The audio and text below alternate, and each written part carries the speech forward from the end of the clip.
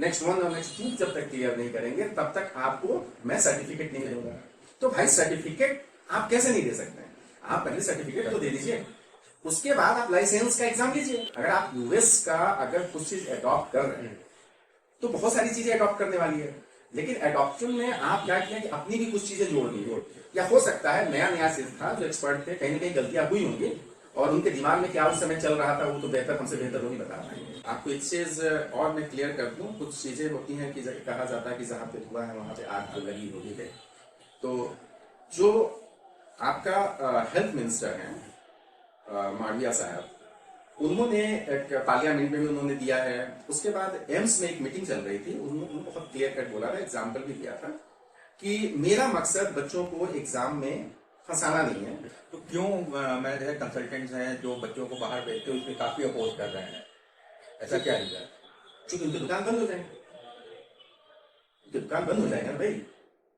किसी जमाने में वही कंसल्टेंट तो इकोनॉमिक्स वाले को भी भेजा है, किसी जमाने में वही कंसल्टेंट फिजिक्स केमिस्ट्री मैथ वाले को भी भेजा है। दोस्तों नमस्कार, आज के इस पॉडकास्ट में आपका स्वागत है। आज का जो टॉपिक हमारा है वो नेक्स्ट, जो मेडिकल के स्टूडेंट हैं वो जब उनको ये एग्जाम देना जरूरी है, उस एग्जाम के पास होने के बाद ही उनको लाइसेंस मिलेगा और वो भारत में प्रैक्टिस कर सकेंगे। और यह जो नेक्स्ट है, यह नेक्स्ट सिर्फ इंडियन मेडिकल ग्रेजुएट के ऊपर ही लागू नहीं होता है, बल्कि ये FMG जो फॉरेन मेडिकल ग्रेजुएट है उनके ऊपर भी लागू होता है। इसमें बहुत सारे लोगों ने सवाल पूछे हमसे, बहुत सारे लोगों ने मुझे मैसेज किए, फ़ोन किए, ईमेल किया, और बहुत सारे उनके सवाल थे कि ऐसा क्या हो गया जो NMC ने ड्राफ्ट निकाला, उसके बाद गजट में आता है, फिर उसको पोस्टपोन किया जाता है और फिर से उसके ऊपर जितने भी स्टेक होल्डर्स हैं उनसे कमेंट्स मांगा जाता है। तो उन बच्चों का सवाल जो है, वो सवाल को लेके आज का पॉडकास्ट का फॉर्मेट क्वेश्चन और आंसर फॉर्मेट में हम लोग रखेंगे। और हमारे जो मित्र हैं गौरव जी हैं, उन सवाल के साथ आए हैं और उसी सवाल को लेके हम लोग अपनी नेक्स्ट के ऊपर बातचीत को आगे बढ़ाते हैं कि अभी नेक्स्ट को में क्या क्या प्रॉब्लम था और आने वाले जो नेक्स्ट है जिस पर कमेंट्स मांगे गए हैं उसमें क्या क्या बदलाव की संभावनाएं दिख रही हैं, इसके ऊपर हम लोग बात करेंगे। तो गौरव, आपका बहुत बहुत स्वागत है इस पॉडकास्ट में। तो कितने सवाल आपके पास पूछे गए, क्या क्या सवाल है? कई सारे सवाल हैं सर। कितने कंफ्यूजन में लोग हैं कि उन्हें समझ में ही नहीं आ रहा है कि क्या चीजें हैं। एक बार ये गजट लेके आ रहे हैं, फिर उस पर संशोधन करने के लिए लोगों की राय मांग रहे हैं, फिर उसके बाद मिनिस्ट्री को आगे, हेल्थ मिनिस्ट्री को आगे आना पड़ रहा है इसको रोकने के लिए। ऐसे कई सारे सवाल हमें स्टूडेंट्स और उनके पेरेंट्स के थ्रू आए हैं, जो मैं चाहूंगा कि आप क्लियर करें ताकि लोगों को कंफ्यूजन दूर हो। इसमें सबसे पहली चीज ये होगी कि नेक्स्ट गजट आने के बाद जो है दोबारा इस पर पब्लिक ओपिनियन क्यों मांगा गया? नहीं, देखिए, पहले सबसे पहले ये समझने की कोशिश करते हैं कि नेक्स्ट आखिर लाने की जरूरत क्यों पड़ी और नेक्स्ट है क्या चीज।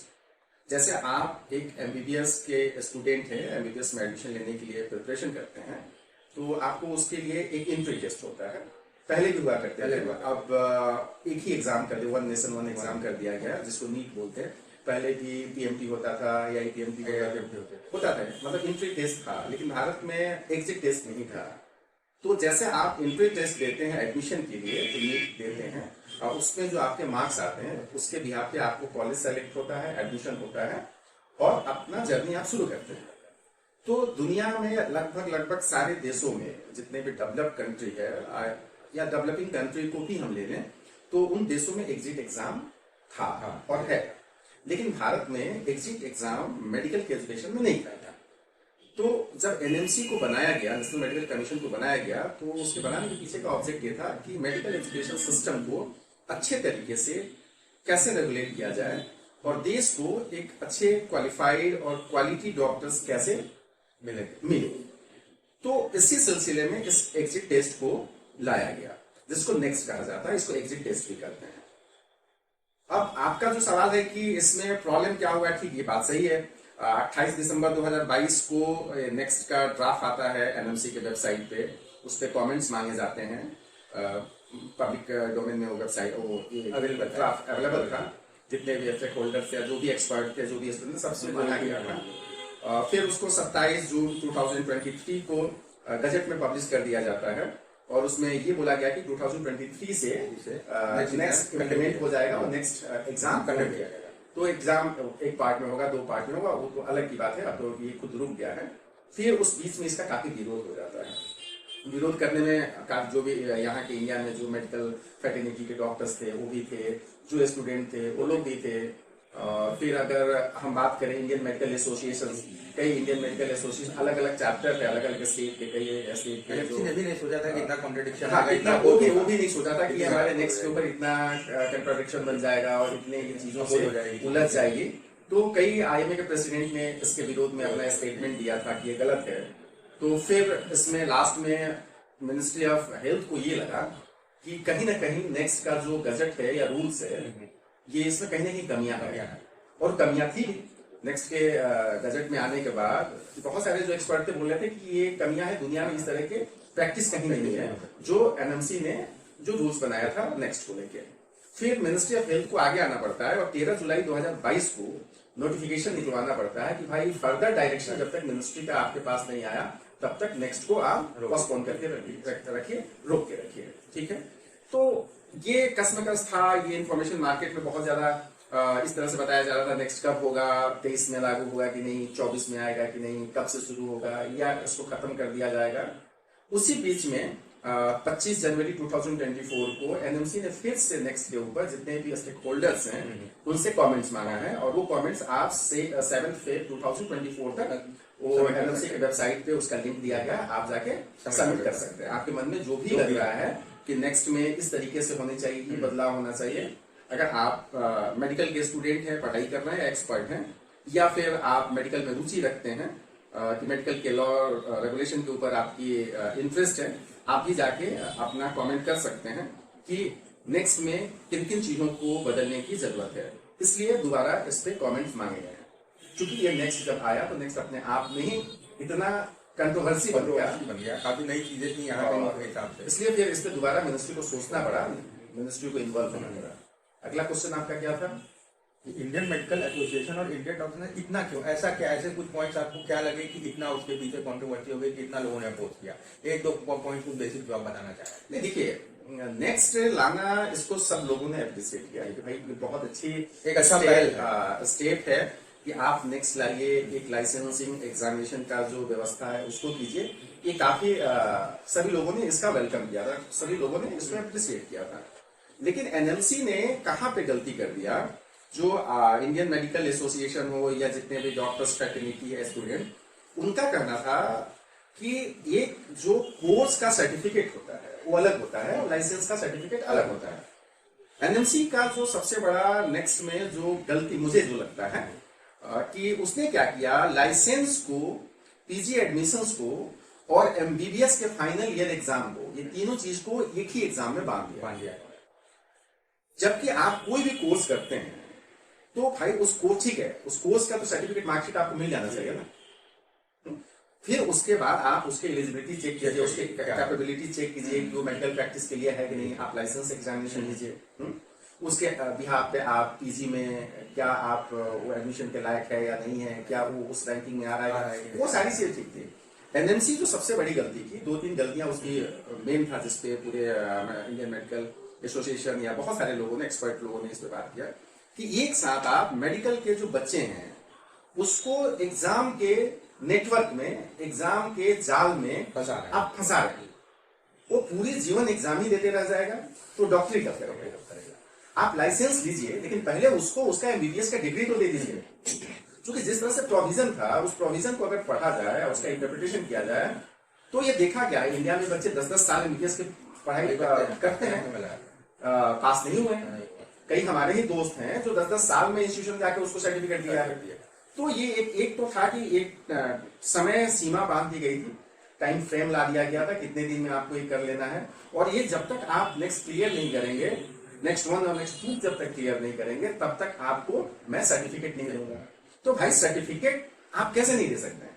आप पहले सर्टिफिकेट तो दे दीजिए, उसके बाद आप लाइसेंस का एग्जाम लीजिए, उसके आधार पे अगर आपको लगता है कि पीजी में एडमिशन देना है तो दीजिए। हर आदमी उसको वेलकम किया। आप ये भी कर सकते हैं कि वो जो नेक्स्ट होगा, जो एमबीबीएस क्लियर करने के बाद जो बच्चा बैठेगा, उसके बाद आप चाहते हैं कि उसी रैंक स्कोर पे हम जॉब दे मेडिकल ऑफिसर का, वो भी कर सकते हैं। अगर आप यूएस का अगर कुछ चीज अडॉप्ट कर रहे हैं तो बहुत सारी चीजें अडॉप्ट करने वाली है, लेकिन एडॉप्शन में आप क्या किया कि अपनी भी कुछ चीजें जोड़ दी, या हो सकता है नया नया चीज था जो एक्सपर्ट थे, कहीं ना कहीं गलतियां हुई होंगी और उनके दिमाग में क्या उस समय चल रहा था वो तो बेहतर हमसे बेहतर वही बता पाएंगे। तो इस वजह से ये सारे विरोध हुए। मैं जानना चाहूँ सर, आपके पॉइंट ऑफ व्यू से आपको क्या लगता है 2-3 चीजें ऐसे जो इसमें चेंज आना चाहिए इस ड्राफ्ट में? देखिए, आपको एक चीज और मैं क्लियर कर दूं, कुछ चीजें होती हैं कि कहा जाता है कि जहां पे धुआं है वहां पे आग तो लगी होगी है। तो जो आपका हेल्थ मिनिस्टर हैं मांडविया साहब, उन्होंने एक पार्लियामेंट में भी उन्होंने दिया है। उसके बाद एम्स में एक मीटिंग चल रही थी, उन्होंने बहुत क्लियर कट बोला था, एग्जाम्पल भी दिया था कि मेरा मकसद बच्चों को एग्जाम में फंसाना नहीं है, मेरा मकसद बच्चों का कैरियर बर्बाद करना नहीं है। ठीक है, आप एमबीबीएस अगर कर रहे हैं तो आपको पहले एमबीबीएस की डिग्री ले लीजिए, लेकिन आप तब तक प्रैक्टिस नहीं करेंगे जब तक आप नेक्स्ट का जो लाइसेंस एग्जामिनेशन है उसको पास नहीं कर लेते हैं।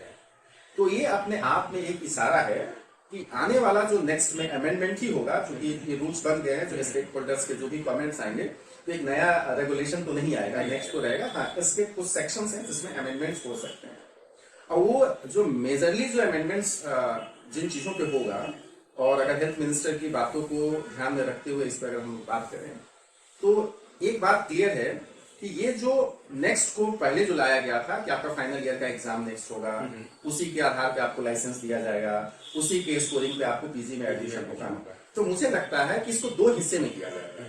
एक हिस्सा, जहां तक मेरा उम्मीद है कि जो एमबीबीएस का बच्चा है, जो एमबीबीएस की पढ़ाई कर रहा है, उसको पहले एमबीबीएस की डिग्री दे दी जाएगी, उसको इंटर्नशिप का सर्टिफिकेट दे दिया जाएगा, उसको कहा जाएगा कि ठीक है आपके पास डिग्री हो गया, लेकिन आप तभी प्रैक्टिस करने के लायक बन पाएंगे, तभी प्रैक्टिस के लिए एलिजिबल हो पाएंगे जब तक आप लाइसेंस एग्जाम पास नहीं करें।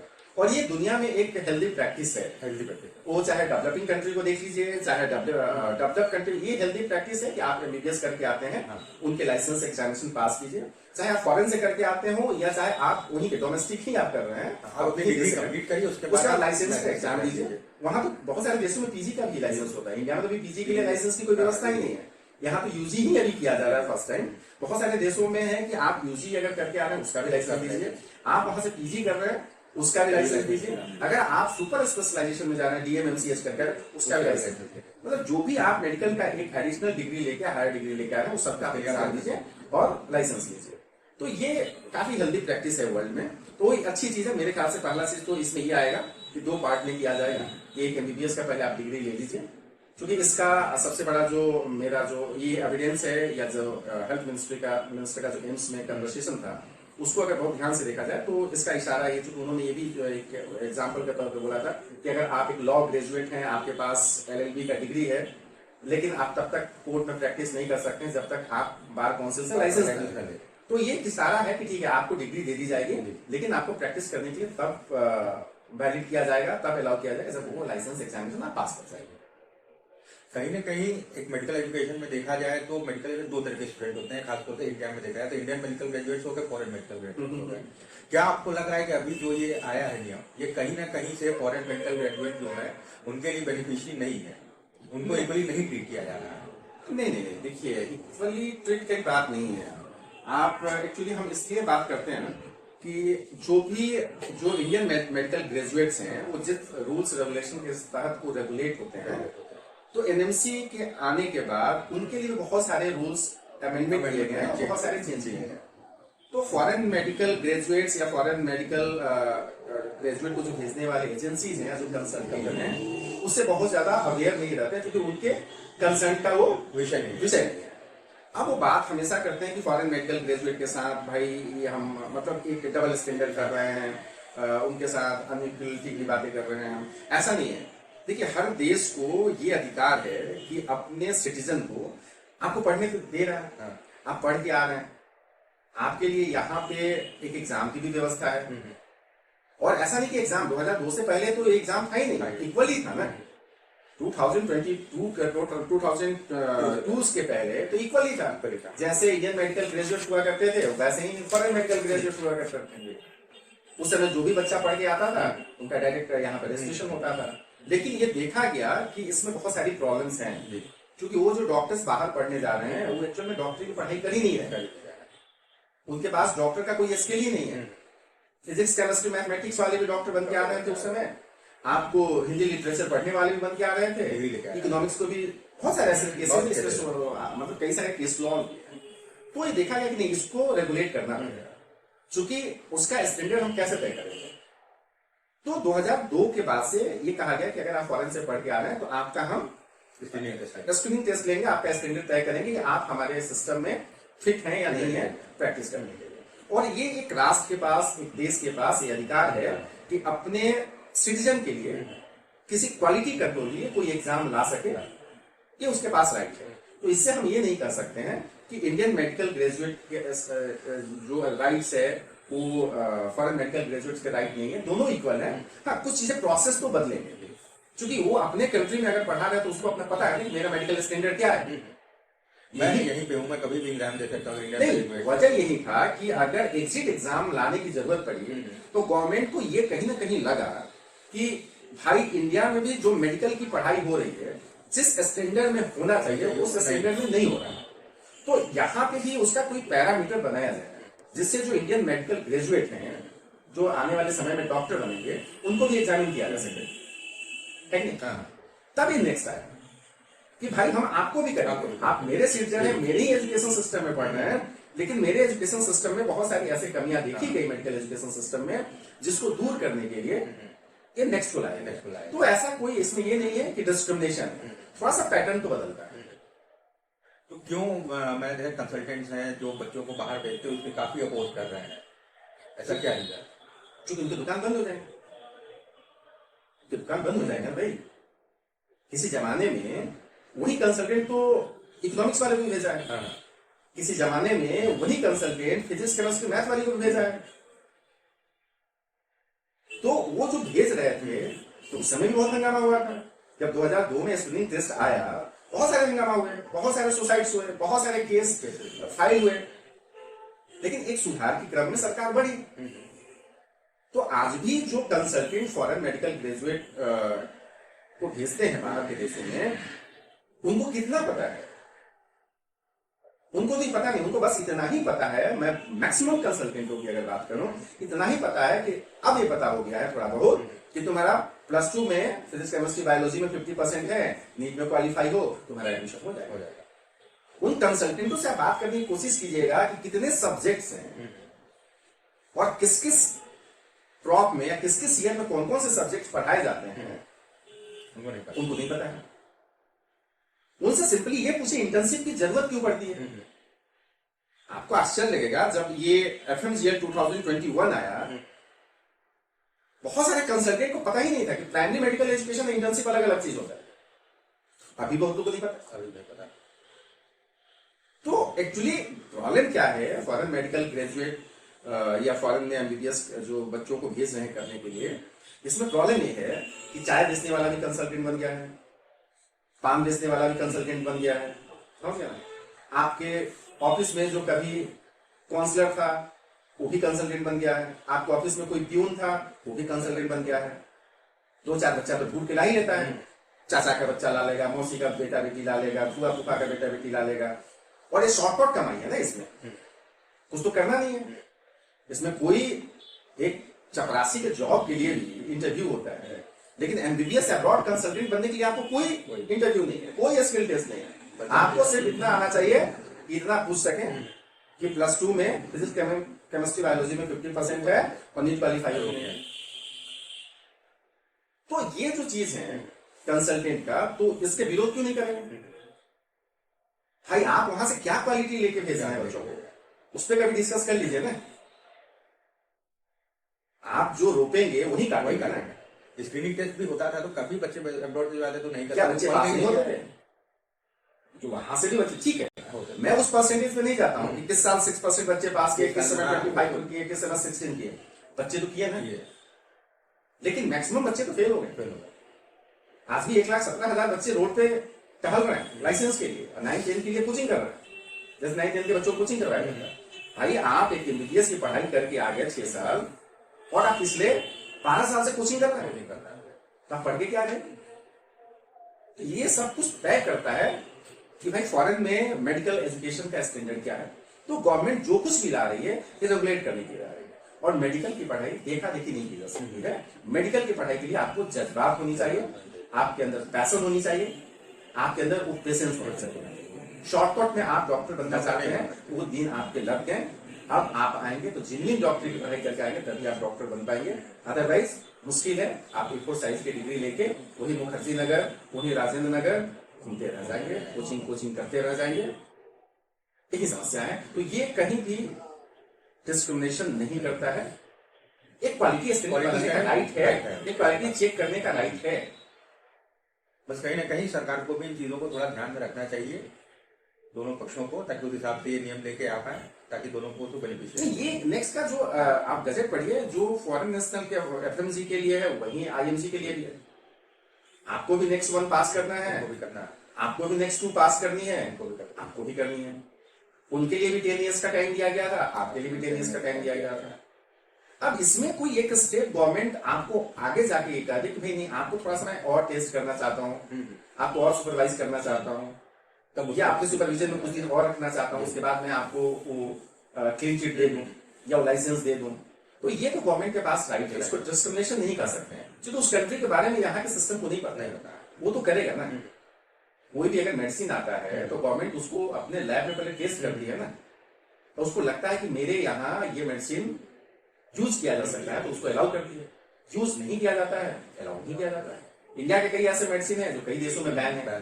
तो वैसे ही आप बाहर से डॉक्टरी की पढ़ाई कर रहे हैं तो हमारे देश में आप प्रैक्टिस करने के लायक हैं।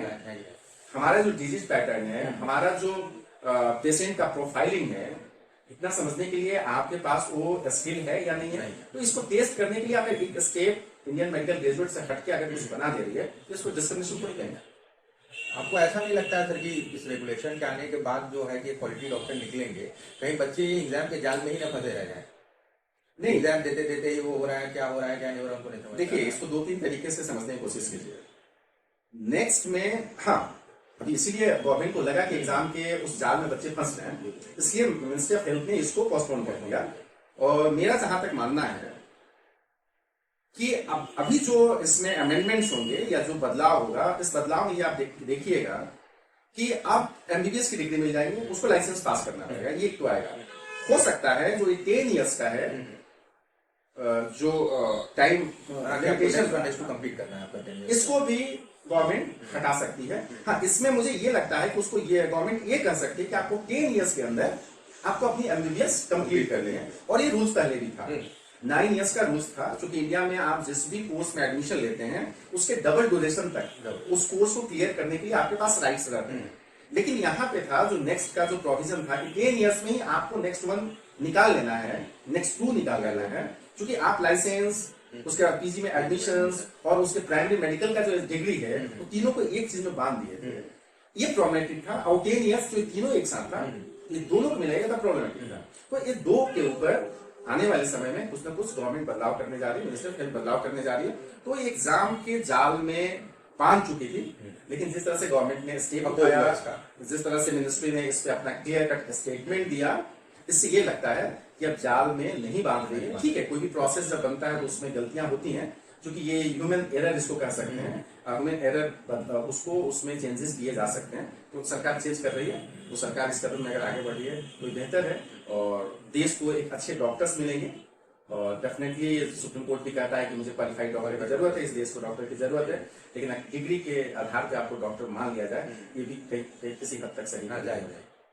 तो यही सारी चीजें हैं, तो नेक्स्ट को वेलकम करना चाहिए। और ये कोई नई चीज नहीं है। जब अभी भी आप सुझाव दे सकते हैं साइट पे जाके, जो है जिनको चाहिए आप कृपया जाएं, उस पर अपना सुझाव दें। बिल्कुल बिल्कुल दीजिए, आप दीजिए। NMC का ओपन प्लेटफॉर्म है, आप अपनी अपनी राय को रखिए। लेकिन जब भी आप कोई कमेंट कीजिए, जब भी कोई सुझाव दीजिए, तो उसको ये देखते हुए दीजिए कि वो सुझाव, वो सजेशन रिजनेबल होना चाहिए, जस्टिफाइड होनी चाहिए। आप फ्री हैं, आप कुछ भी लिख सकते हैं, लेकिन आपको लगता है कि उस पर गवर्नमेंट या NMC या जो उसके एक्सपर्ट उसको पढ़ें तो उनकी ध्यान उसके तरफ आए। तो इसलिए कमेंट लिखने से पहले या अपना सजेशन देने से पहले एक बार जरूर सोच लें कि वो कमेंट या वो सजेशन कितना रिजनेबल और कितना जस्टिफाइड है। तो यही और कोई सवाल था? नहीं सर।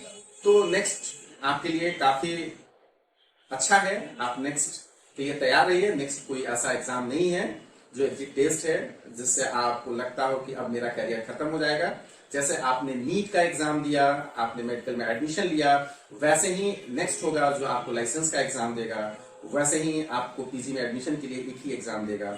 आने वाले समय में मुझे लगता है लाइसेंस और पीजी का एडमिशन के लिए नेक्स्ट को रखा जाएगा, और एमबीबीएस फाइनल ईयर और इंटर्नशिप के लिए इसको एक अलग एग्जाम किया जो पहले जैसे चल रहा है। तो ये काफी बेहतर है, और नेक्स्ट को हमें दिल से वेलकम करना चाहिए और डरना नहीं चाहिए। और इसके लिए आपको एक ही चीज, जो करिकुलम आएंगे, करिकुलम में तो कोई चेंजेस नहीं होने जा रहा है। आपको जो फर्स्ट ईयर सेकंड ईयर में आप जो कुछ बुक्स, कुछ सिलेबस था, कुछ सब्जेक्ट्स थे जिसको आप पढ़ के छोड़ दिया करते थे, आपको लगता था कि आने वाले टाइम में इसकी जरूरत नहीं है, जैसे खासकर एनाटॉमी, फिजियोलॉजी, बायोकेमिस्ट्री, या फिर आप मान ले फार्माकोलॉजी, माइक्रोबायोलॉजी, क्योंकि आप क्लिनिकल सब्जेक्ट में चले जाते थे, आपको लगता था कि अब इसकी जरूरत नहीं है, फर्स्ट ईयर तक की जरूरत है, फर्स्ट क्रॉप तक की जरूरत है। अब ऐसा नहीं है। उस एग्जाम के लिए जो लाइसेंस एग्जामिनेशन होंगे उसमें आपको इन सारे सब्जेक्ट्स को भी पढ़ के साथ में चलना पड़ेगा, तभी जाके आप उस एग्जाम को क्लियर भी कर पाएंगे। और ये भी देखना बाकी है क्या आने वाले समय में सिलेबस के ऊपर भी कुछ बदलाव सरकार करती है या नहीं करती है। मेरे हिसाब में सिलेबस में बदलाव करने की चांसेस बहुत कम दिख रहे हैं, लेकिन जो एग्जामिनेशन और टाइम ड्यूरेशन था, टाइम लिमिटेशन था, इसमें गवर्नमेंट जरूर कुछ ना कुछ बेहतर चेंज करने जा रही है। तो ये था आज का नीट पे मेरा पॉडकास्ट। उम्मीद करता हूँ आपको अच्छा लगा होगा, और आपसे एक रिक्वेस्ट भी करता हूँ कि अगर आप मेरा चैनल अभी तक सब्सक्राइब नहीं किए हैं तो प्लीज इसको सब्सक्राइब कर लें, बेल आइकन बजा दें, जिससे आप तक इस तरह के अपडेट्स या खबरें पहुंचते जाएं और आप कहीं पे चीट ना हो पाए। Thank you.